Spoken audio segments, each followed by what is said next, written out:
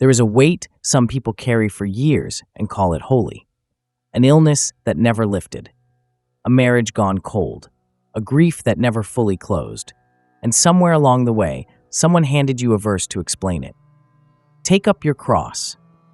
You were told the suffering itself was the cross God asked you to carry. But the cross you were taught to carry may not be the cross Jesus named. We read the verse in the language it was written in. We let the original words say what the English softened. So you carried the pain and called it your cross, the way people do. And underneath the carrying sat a quiet belief that the suffering was the assignment, that the endurance was the obedience. It is a heavy way to live. Many people live it for decades, certain it is what God asked, certain that the more it hurt, the more faithful they were being, and few ever told them there was anything wrong with it. The verse seemed to bless the whole arrangement. Carry your cross, the saying went, so they carried, and the carrying slowly became an identity, the patient one, the one who does not complain. But few of them stopped to ask the question, hiding in plain sight, whether the cross they were carrying was the one the verse actually meant. But the phrase, take up your cross, has been doing something in your life that the first people who heard it would not have recognized. Because in the first century, only one kind of person ever carried a cross. We will get to who, and it changes the whole verse. For now, hold the one question that cracks the inherited reading open. If take up your cross was never a command to endure your suffering, then what cross was Jesus actually telling you to pick up? Hold it. Because the answer is not the one most readers carry, and it was sitting 3 verses away from the words the entire time. Ask most people what take up your cross means, and you will hear a version of the same answer. It means bear your burden. Accept the hard thing God allowed, the sick body, the difficult spouse, the door that closed and stayed closed. People say it now without even thinking. This is just my cross to bear. It is one of those phrases that sounds biblical precisely because it has been repeated in churches for so long. But repetition is not the same as accuracy. A saying can travel for centuries and still point in the wrong direction. But that phrase, a cross to bear, did not come from the first century. It is an English expression that grew up long after the Gospels were written. Over centuries, it drifted into a meaning of its own. Any chronic hardship a person is stuck with, the weight you did not choose and cannot put down, a burden handed to you by life or by God and simply absorbed. And notice what that drift quietly did. It turned the verse into a sponsor for resignation. It taught people that the holiest thing they could do with their pain was to keep it, to carry it without complaint, to call the staying power faith. A whole posture towards suffering got built on a phrase Jesus never used the way we now use it. It is a gentle teaching in its way. It asks nothing of the self. It only asks you to absorb. And that is the first clue that something is off. Because the verse in front of us asks for the opposite of absorbing. Absorbing leaves the self in place and simply loads more onto it. The verse is about to ask for the reverse. Keep that contrast close because it is the hinge the whole thing turns on. The inherited reading only adds to you. The original is doing something else entirely. Here is the problem. When Jesus said those words, that meaning did not exist yet. The people standing in front of him did not hear bear your burden. They could not have. The picture the word cross put in their minds was not a hardship at all. It was a sentence of death. So the verse many have leaned on to explain their suffering was quietly answering a different question than the one they were asking. The English drifted. The image underneath it never moved an inch. So what did a first century crowd actually see when a man stood up and said, "Take up your cross"? To them, a cross was not a metaphor. It was the most shameful way the Roman world knew how to kill a man. It was kept for slaves, for rebels, for the people Rome wanted to erase in public. The disgrace ran so deep that Roman law held it back from Roman citizens entirely. A citizen could be put to death. A citizen was not supposed to be crucified. The cross was the punishment for the lowest, and everyone in that crowd knew it. And the death came with a procession. The condemned man did not simply appear at the hill. First he was scourged, his back opened by the whip. Then he was made to carry the crossbeam himself, not the whole cross. The heavy horizontal beam laid across the shoulders, hauled out through the streets to the place of execution beyond the city walls. This was the most deliberate part. Rome wanted it seen. Often a board went up over the man, naming his crime for the whole street to read. The walk was a sentence spoken out loud in front of everyone he had ever known. The procession was the real punishment, and the hill only finished it. He carried it past the people who knew him, stripped of his name, stripped of his standing, made to drag the very wood he would die on while the city watched. By the time he reached the hill, he had already died in every way that mattered to the people around him. The execution only made it final. The neighbors who had bought bread from him, the men he had worked beside, the children who knew his face, all of them watched him become a warning. That was the genius of the cruelty. It killed the man twice, once in the eyes of everyone he knew and once on the wood. So the crowd understood exactly what they were seeing when a man took up a cross. They were not watching someone begin a hard season.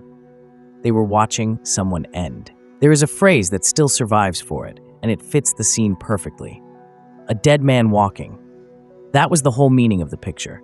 Not a heavy stretch to push through, an ending already decided. The man carrying the beam had no future left to protect, and everyone watching knew it. It was the fate Rome saved for the people it wanted erased from memory, not merely killed. That was the air the word carried when Jesus reached for it. Not difficulty, not a hard season, the very bottom of what the world could do to a person. And that is the exact piece the English lost. A burden is something you carry and still go home at the end of the day. This was the reverse. The beam on a man's shoulders announced there was no home left to return to, no recovery waiting on the far side. The walk had one destination, and it was the end of the man who walked it. Now set the verse back down in that street. Take up your cross. The crowd does not hear, get through your hardship. They hear, pick up the thing you die on. Carry your own execution out to the hill. Whoever you have been, that person does not come back from this walk. That is the weight of the word, not endurance. Death, a chosen, public, total end of the self you walked in as. The cross was never the image of a burden you keep.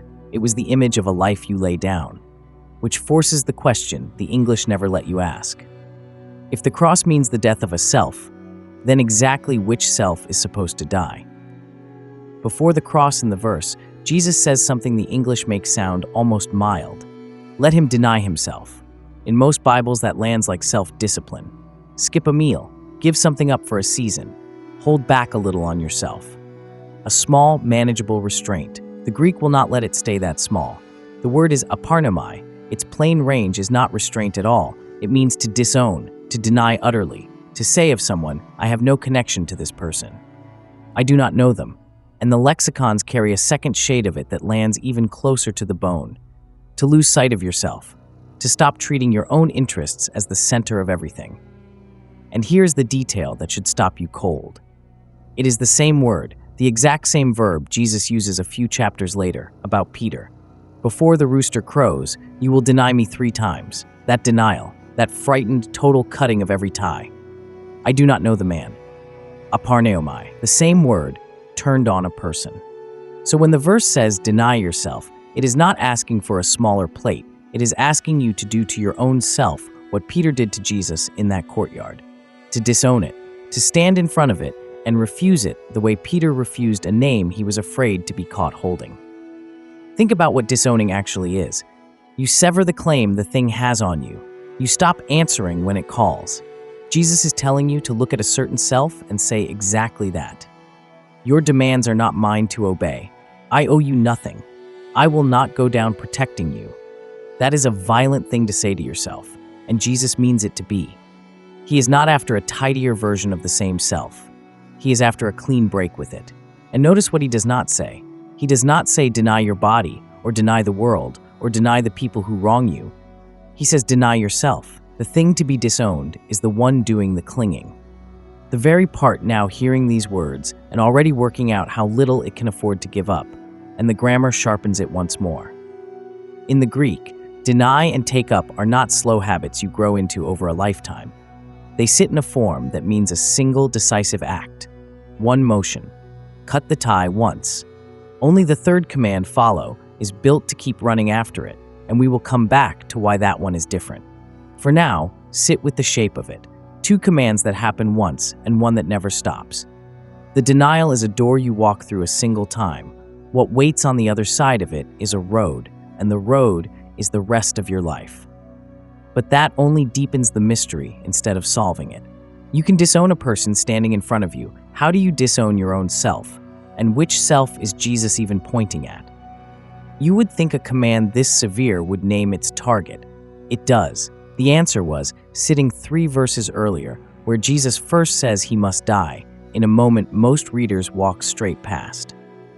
A short word before we go on.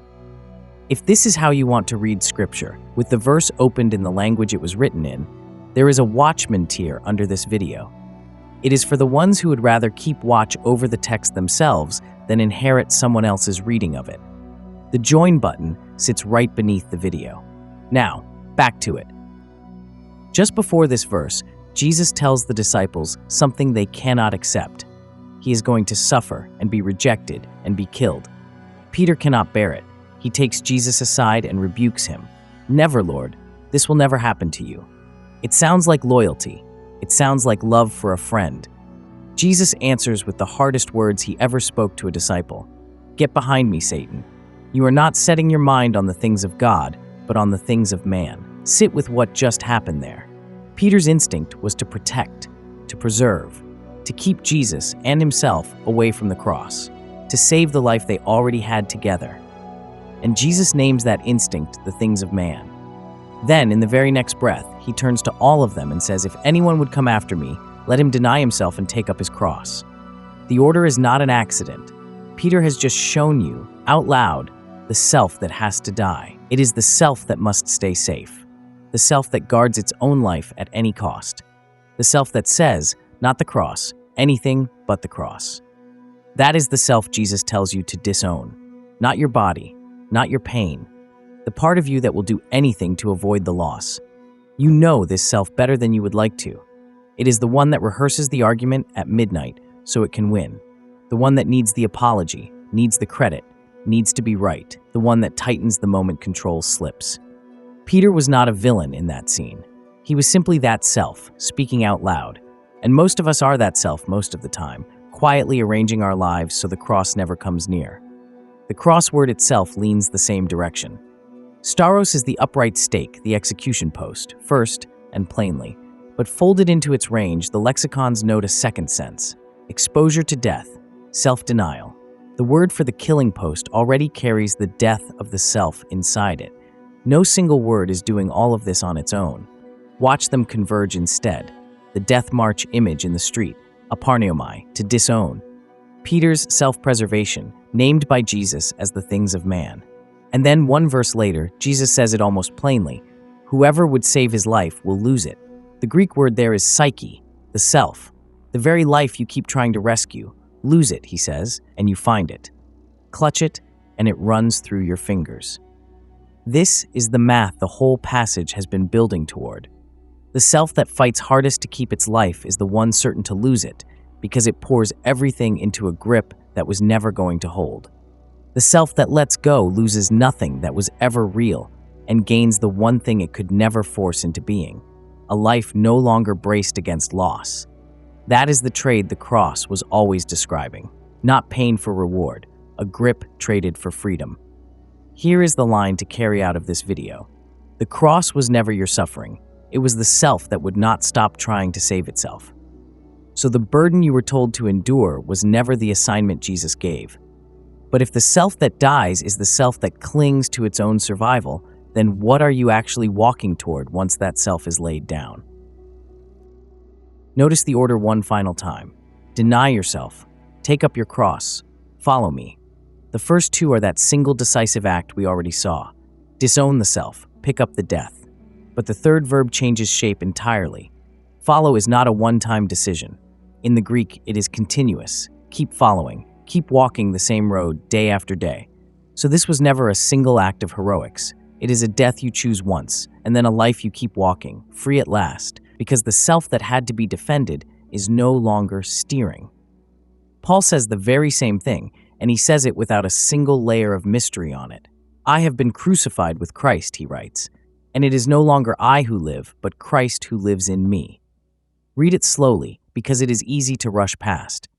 The I that was crucified is not Paul's body. He is still breathing as he writes the sentence. The I that died is the self that had to run everything, the self that had to stay in control, the self that had to be saved. That is the whole picture, finally converged. The cross is the death of the self that clings to itself, not the endurance of pain, the release of the one inside you that could never stop defending its own life. And once you see that, the heaviness of the old reading finally makes sense. It was heavy because it left that self in charge. It told you to endure more, while the one part of you that needed to die kept running the entire operation underneath. No wonder it never lifted. You were asked to carry a cross while shielding the very thing the cross was meant to end. That is also why the relief is real, and not just a softer feeling. Nothing about your circumstances has to change for it to arrive. The illness can still be the illness. The loss can still be the loss. What changes is that you are no longer also hauling the self that has to win, has to be safe, has to manage the outcome. That self can be set down today. And the strange thing is how much of the exhaustion was never the hardship at all. It was the carrying of that. So go back to the weight you walked in here carrying.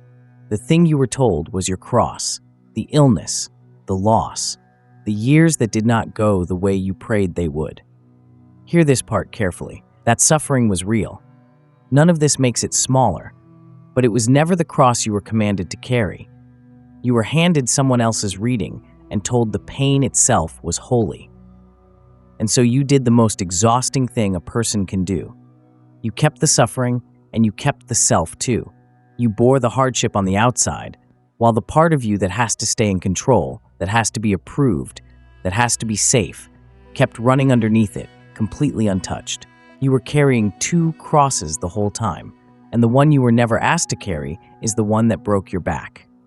The cross was always pointed at that other self, not at your pain, at the self that cannot stop trying to save itself. And here is the strange mercy in it. That is the lighter load. The thing Jesus asked you to set down is the very thing that has been wearing you out. Notice where you have already been trying to save the self you were told to set down. In the conversation, you keep rehearsing in the dark. In the approval, you keep reaching for. In the grip, you keep tightening on a life that was never yours to defend in the first place. The verse was never asking you to carry more. It was asking you to put down the one thing you were never meant to keep.